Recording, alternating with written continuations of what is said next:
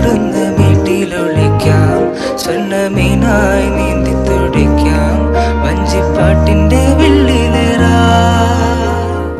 കണ്ണാടം പൊത്തിക്കളിക്കാം, മണ്ഡപം ചുട്ടു വിളമ്പാം, ചക്കരമാവിൻ ചൂട്ടിൽ കൊത്തങ്കല്ലാടാമെന്നും കാലിലകൾ നാമം ചൊല്ലും അമ്പലം കാണാം.